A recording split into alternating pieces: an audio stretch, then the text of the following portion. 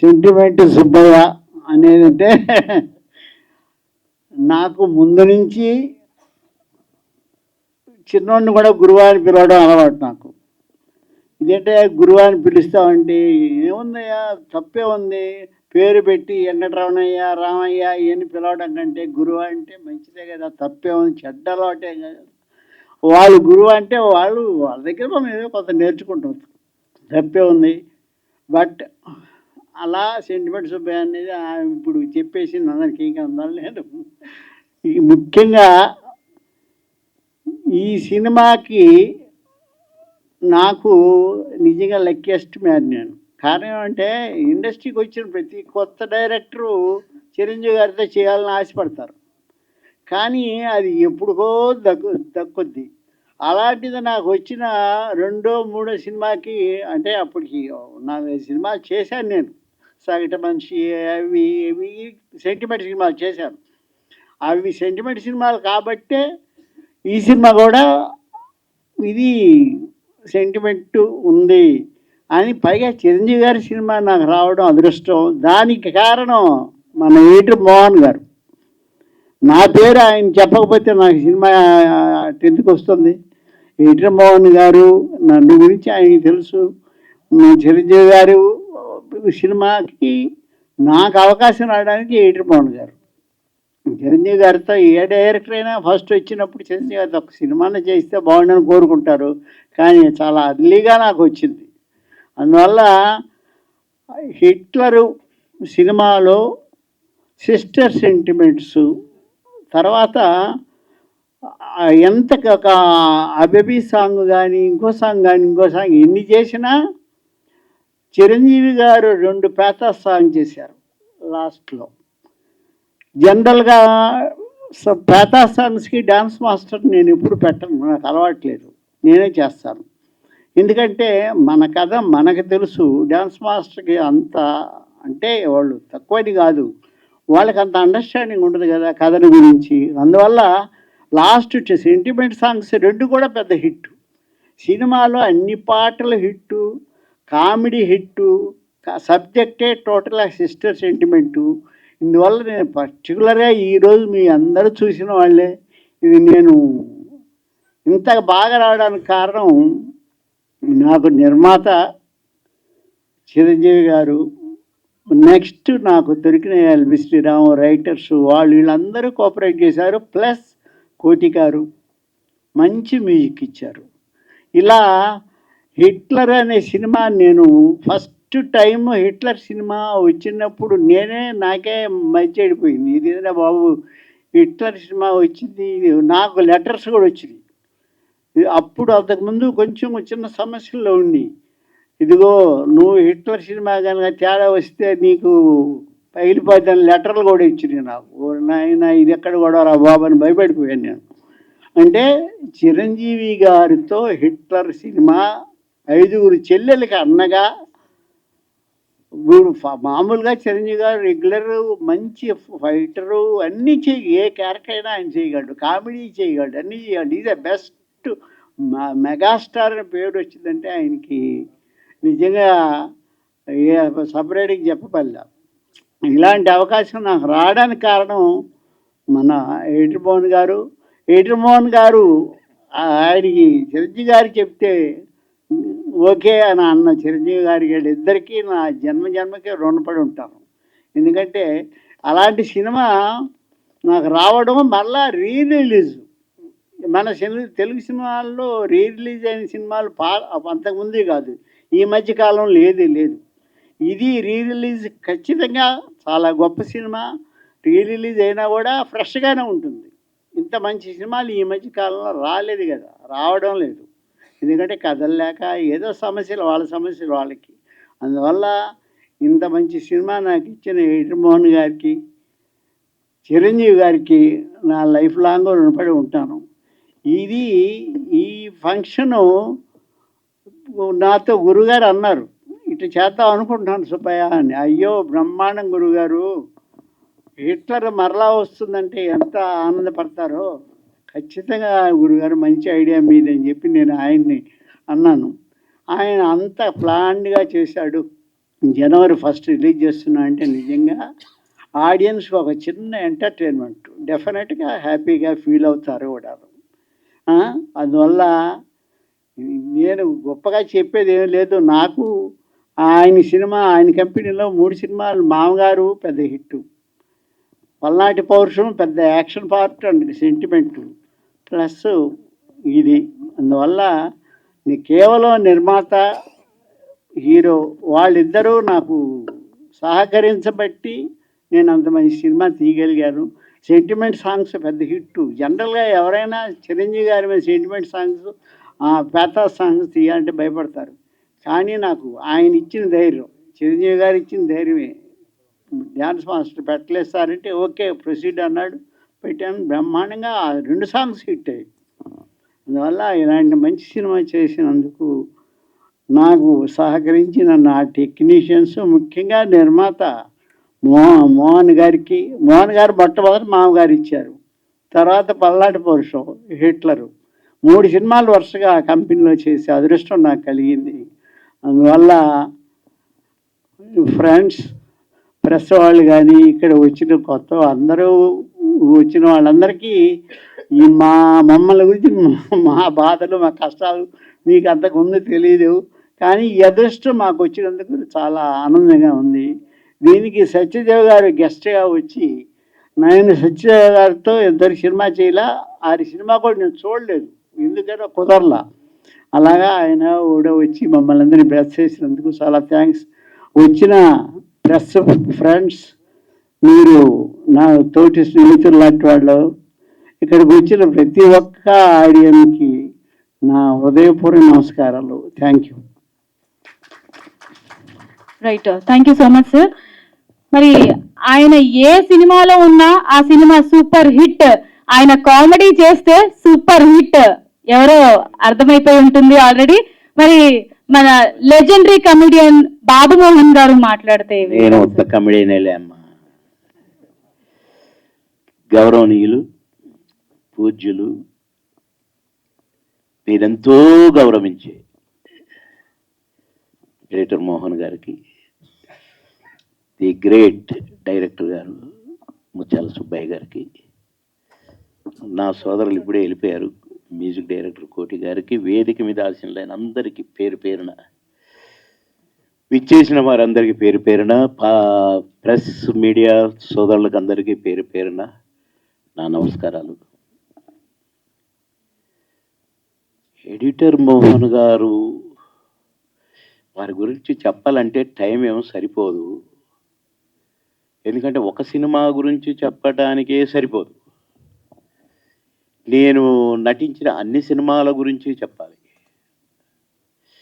అంటే ఆ చెప్పే విషయంలో అసలు ఏదో ఆషామాషాగా చెప్పేటివి కావు. వారు, వారి ప్రతిభ, వారి ఆలోచన విధానం ఎంత గొప్పదో నాకెందుకో నేను బాగా క్షుణ్ణంగా అర్థం చేసుకున్నానా అని అన్నట్టుగా అనిపిస్తుందండి నాకు. అయితే వారి ఆఫీస్ కూడా వెళ్ళాను. ఎంత గొప్ప ప్రొడ్యూసర్ గారంటే, ఎడిటర్ గారు సంగతి తర్వాత చెప్తాను, ఇప్పుడు ప్రొడ్యూసర్ గారి సంగతి చెప్తాం. ముందు కథప్పుడే ఇది తీయాలి అనుకున్నారు అంటే అది హిట్టే. ఇందాక అన్నారు ప్రొడ్యూసర్ గారు, మన సినిమాలన్నీ హిట్టే అని. కథనే ఎలా మలచాలి, ఇప్పుడు మావారి సినిమా ఉంది, తమిళ్లో ఒక హిట్ అయిన సినిమే, కానీ వారు తీసుకున్న శ్రద్ధ, వారు దాన్ని తయారు చేసుకున్న తీరు, దీన్ని ఇంకా పెద్ద హిట్ కొట్టాలని వారు వేసిన ప్లాను అమోఘం అంటే అమోఘం. ఆఫ్టర్ ఆల్ బాబు మోహన్ అంటే క్యారెక్టర్లుగా కూడా, క్యారెక్టర్ ఫిట్నెస్గా కూడా ఎలా ఉండాలో వారికి తోచినంత, వారికి తెలిసినంత గురి నేను ఎవరికి తెలియదేమో అనుకుంటుంటా.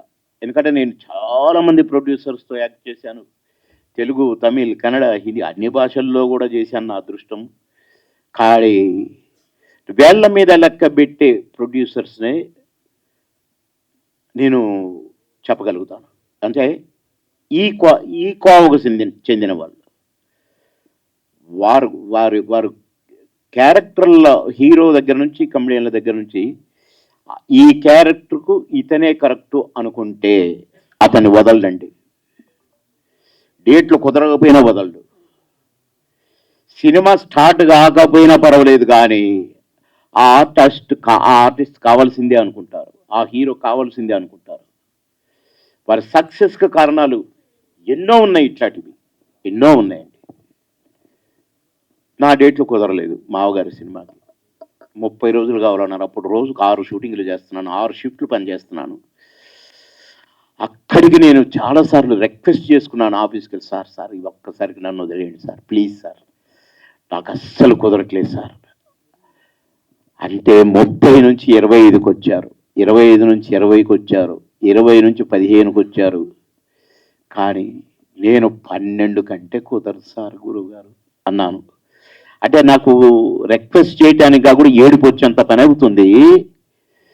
లేదు, నువ్వే కావాలి, నువ్వే చేయాలి ఆ క్యారెక్టర్. అరే సార్ ఏంటి ఇట్లా పట్టుబడతారు అనుకున్నాను. 3 సార్లు ప్రివ్యూ వేశారు. నేను 3 సార్లు చూడటానికి కుదరలేదు. నా మీద చాలా కోపం వచ్చింది సార్కి, ప్రొడ్యూసర్ గారికి. ఎందుకంటే నేను కావాలని కాదండి, అసలు క్షణము తీరికలేక కుదరక, ఒక్కరోజే మెడ్రాసు, ఒక్కరోజే తిరుపతి, ఒక్కరోజే వైజాగ్, ఒక్కరోజే హైదరాబాద్. ఆ పొజిషన్లో మళ్ళీ ఎక్కడికి వస్తే అక్కడ 5-6 షూటింగ్లు. 6వ షిఫ్ట్ 4 to 6 ఉండేది. సరే మొత్తానికి 12 అసలు 30 రోజులు డేట్లు కొట్టగారిచ్చి, దాసరి గారిచ్చి అందరిస్తే నేను 12 రోజులు ఇస్తే అసలు నన్ను పెట్టుకోవచ్చా సినిమాలో? అంత క్రమశిక్షణ కలిగిన ప్రొడ్యూసర్ గారు, కమిట్మెంట్ ఉన్న ప్రొడ్యూసర్ గారు. కానీ వారి ధైర్యం ఏంటో పెట్టుకున్నారు. పెట్టుకోవడమే కాదండి, సినిమా రిలీజ్ అయిన తర్వాత నేను వైజాగ్లో ఉన్నాను ఒక షూటింగ్లో. నేను ఆ 2-3 గంటలు ఏదో నాకు కొద్దిగా రెస్ట్ ఇస్తే, అమ్మా 3 గంటలు పండుకుందామని వచ్చాను. తలుపు కొడితే తీశాను, ఎడిటర్ మోహన్ గారు. గుండె చల్లు మనది నాకు. అమ్మా నన్ను తిట్టడానికి వచ్చారు, డేట్ల కాడ కిరికిరి చేశాను, నేను డేట్లు తొందరగా ఇవ్వలేదు, 3 months దాకా నేను డేట్లు ఇవ్వలేకపోయాను అని అనుకుంటే వచ్చి కూర్చున్నారు. కూర్చొని బాబుమోహన్ గారు చాలా బాగా చేశారు అన్నారండి. అసలు అది చెప్పడానికి వైజాగ్ రావాలా? ఎడిటర్ మోహన్ గారు, గ్రేట్ ప్రొడ్యూసర్ గారు. అది ఒక ప్రశంస నాకు. ఎట్లంటే, నువ్వు సినిమా చూడండి మంచిదైంది, నేను బాగా కోపం వచ్చింది నాకు నీ మీద, అందరూ చూశారు కానీ నువ్వు న్యాచురల్గా చేసినట్టుంది అని చెప్పినా నిన్ను మెచ్చుకున్నారు. అది ప్రొడ్యూసర్ అంటే. ఇన్ని సినిమాలు చేశాను కానీ అట్లా వచ్చి ఒక సినిమా సక్సెస్ అయితే సంతోషపడతారు, సెలబ్రేట్ చేసుకుంటారు. సరే డబ్బులు లేకపోతే అన్నీ ఉంటాయి కానీ ఒక ఆర్టిస్టును ఏదో పని మీద వచ్చారో ఏమో, లేక నా కోసం వచ్చారు కానీ వైజాగ్ వచ్చి ఎక్కడో షూటింగ్లో ఉంటే నేనున్న హోటల్కి వచ్చి అభినందించారంటే, ఇదిరా ప్రొడ్యూసర్ అంటే, ఇలా ఉండాలి, గ్రేట్నెస్ అంటే ఇది అని చెప్పి నేను చాలా సంతోషపడ్డాను. అలా చాలా ఉన్నాయి వారి గురించి చెప్పడానికి. కెమెరా పక్కన కూర్చుంటాడండి, డైరెక్టర్ గారు పక్కన ఉంటాడండి, కళ్ళు మాత్రం ఆర్టిస్ట్ మీద ఉంటాయండి. అంటే ఆయన ఏం చేస్తున్నాడు, డైలాగ్ ఎట్లా చెప్తున్నాడు, ఎటు చూస్తున్నాడు, అన్నీ మామూలు అబ్జర్వేషన్ ఉండదండి. 1000 భూతద్దాలు చూస్తుంటాయి. ఆ 1000 భూతద్దాలు చూసేది నటనే కావచ్చునేమో కానీ ఎడిటింగ్ అయిపోతుంటుందండి మైండ్లో. ఎడిటింగ్, ఈ షాట్ ఇక్కడ కరెక్ట్, బాగా ఇది ఇక్కడ దీన్ని సటి పెడితే ఇదే జరుగుతుంటుందండి. సినిమా అయిపోయేసరికి ఎడిటింగ్ అయిపోద్దండి. నెగిటివ్ లాగానే ఉంటుంది కానీ ఎడిటర్ మోహన్ గారి దృష్టిలో సినిమా అయిపోయింది, ఎడిటింగ్ అయిపోయింది, ఆ రీరిక్కడ ఇంకెప్పుడు బాగా అనే రేంజ్లో ఉంటారండి. ఇది నేను వారిలో గమనించిన గొప్పతనాలు. వారన్ని హిట్లు కొట్టారంటే మాలాంటి వాళ్ళకు మంచి మంచి క్యారెక్టర్లు ఇచ్చి నంది అవార్డులు ఇప్పించారంటే వారి ప్రతిభ, వారి ఆలోచన విధానం, వారి సిన్సియారిటీ, పనే దైవం అంటారు కదా, ఆ దైవంగా పనిని స్వీకరించారు కనుకనే వారు చేయగలిగారండి. ఇట్లా సినిమాకు 1 గంట మాట్లాడితే కూడా సరిపోదు వారి గురించి కనుక వారు అందుకే ఎడిటర్ మోహన్ గారు అయ్యారు. ఎడిటింగ్లో వారిని మించిన వారు అసలు నేను నేను నేను అప్పుడప్పుడు గమనిస్తా, చిన్నగా చూస్తా అట్లా ఎడిటింగ్ జరుగుతుంది అనుకొని నవ్వుకుంటా. అంటే నాకు ఇష్టము సార్ అక్కడ కూర్చొని చూస్తూ ఆ షూటింగ్ చేస్తుంటే నేను బాగా సంతోషపడేవాడిని. అయితే ఇది ఎందుకు చెప్పానంటే వారి ఇంటి అనేది అది చెప్పాను. ఇక హిట్లర్ మామగారి క్యారెక్టర్కు బావబామర్ది క్యారెక్టర్కు ఈ ఈ హిట్లర్ క్యారెక్టర్కు సంబంధం ఏమి ఉండదండి అస్సలు. అదే కాదు, శుభమస్త ఏమడి ప్యాంటు చూసుకోండి, శుభమస్తు కూడా అసలు ఆ సుధాకర్ గారు నేను ఆ సాంగ్లో బాగా చిన్న చిన్న చిన్న బిట్లు, దాంట్లో షూటింగ్ వదిలేసి నేను తీసుకెళ్ళినట్టుంటాను. అసలు ఎలాంటి క్యారెక్టర్స్ వేయించారు నాతో, ఒక్కొక్క సినిమాలో ఒక్కొక్క రకమైన క్యారెక్టర్. ఇక హిట్లర్లో కూడా నేను కమెడియన్ కాదు, దాసర్ గారితో ఒక సెంటిమెంట్ టైప్ క్యారెక్టర్. అసలు వారు తను అన్నా చూసావా అన్న అని తిరిగినోడిని ఆ అంత సెంటిమెంట్ క్యారెక్టర్ వేయించడం అంటే గట్స్ ఉండాలి ప్రొడ్యూసర్కి. అలాంటి గ్రేట్ ప్రొడ్యూసర్ గారు. నాకు హిట్లరు సెకండ్ రిలీజ్ అంటున్నారు కానీ నాకు అట్లా అనిపించట్లేదండి. ఎందుకంటే నేను వారం రోజుల నుంచి వారి ఫోన్ కాల్స్ వింటున్నాను. ఇది అసలు ఫస్ట్ రిలీజ్ లాగానే ఉంది వారి హడావుడి. అయితే ఖచ్చితంగా హిట్లర్ లాంటి సినిమాలో చిరంజీవి గారు, నేను వారి ప్రతి సాంగ్ నా మైండ్లో ఉంటుందండి. ఆ డ్యాన్సు, ఆ కట్స్, ఆ కసి, ఆ చూపు, చిరన్నను మించిన వారు లేరని నేను ఫీల్ అవుతూ ఉంటాను. అన్ని పాటలు అసలు 1 కాదండి, కానీ హిట్లర్లో 2 పాటలు అన్ని పాటలను బీట్ చేస్తే అనిపిస్తుందండి. నడక తెలిసిన నవరాత్రి అసలు ఆ రంభ ఇట్లా మోకాళ్ళ మీద నడుస్తుంటుంది, కరెక్ట్గా మ్యూజిక్కి చిరన్న చూపు ఉంటుంది అసలు. అది అలా 6 పాటలు హిట్ ఉన్న డ్యాన్సులతో ఉన్న సినిమాలతో పోటీగా 2 పాటలు వర్క్ చేసినండి హిట్లర్కి. అందరి క్యారెక్టర్లు కూడా ఎంత మంచి సెంటిమెంట్, చిరన్న కంట తడి పెట్టుకొని. అందులో మరి చిరన్న ఒప్పుకున్నాడా లేకుంటే ప్రొడ్యూసర్. డ్రెస్ కూడా అండి చక్కని బుషర్టు ప్యాంట్, రాముడు మంచివారు. అసలు ఆ ప్యాట్రన్ ఎప్పుడు చిరంజీవి గారు ఏ సినిమాలలో వేల గమ్మత్ డ్రెస్సింగ్ సింపుల్గా. కానీ ఇక అసలు చిరణ్ అంటే చిరణ్ణి అనుకోండి. అట్లా ఈ హిట్లర్ పిక్చర్ ఖచ్చితంగా నూతన సంవత్సరంలో రిలీజ్ అవుతుంది. మళ్ళీ డెఫినెట్గా విజయ దుందుబి మోగుతుంది. ఎందుకంటే ఈ మధ్య కాలంలో చిరన్న కథ బయటికి రాలే, ఇంత ఊపు సినిమా రాలే, వస్తుంది ఇప్పుడు మళ్ళా పాత రోజులు జడ్జనగర జనారే డెఫినెట్. మళ్ళా అప్పుడు నెల్లూరులో చూశారు 100 days, కానీ ఈసారి ఈ దగ్గరలో హైదరాబాద్ షూట్ చేయాలని కోరుకుంటున్న ఎడిటర్ మోహన్ గారిని. మేడం గారు విజయలక్ష్మి గారు మేడం గారు వచ్చారని తెలిసింది, వారి సత్యమణి గారు. అస్సలు ఈ ఎడిటర్ మోహన్ గారు ఇంత పట్టుదలతో పనిచేయటానికి కానీ మొత్తం వెనకాల నాకు ఆ మేడమే అనిపిస్తుందండి. ఎందుకంటే ఉన్నత చదువులు వారు ఉన్నత చదువులు చదివిన చాలా విజ్ఞాని, కానీ వీరి విజయాల వెనుక మాత్రం మేడమే డెఫినెట్గా. ఇక మా రాజా ఉన్నాడు, మా హీరో ఉన్నాడు, వాళ్ళని ఇక్కడి నుండి చూస్తున్నాడు నేను. వారిని కూడా హిట్లర్ గారు లైన్లో పెట్టారు. కొడుకుని హీరోగా లైన్లో పెట్టారు హిట్లర్గా, ఒక కొడుకు డైరెక్టర్గా కూడా హిట్లర్గా పెట్టారు.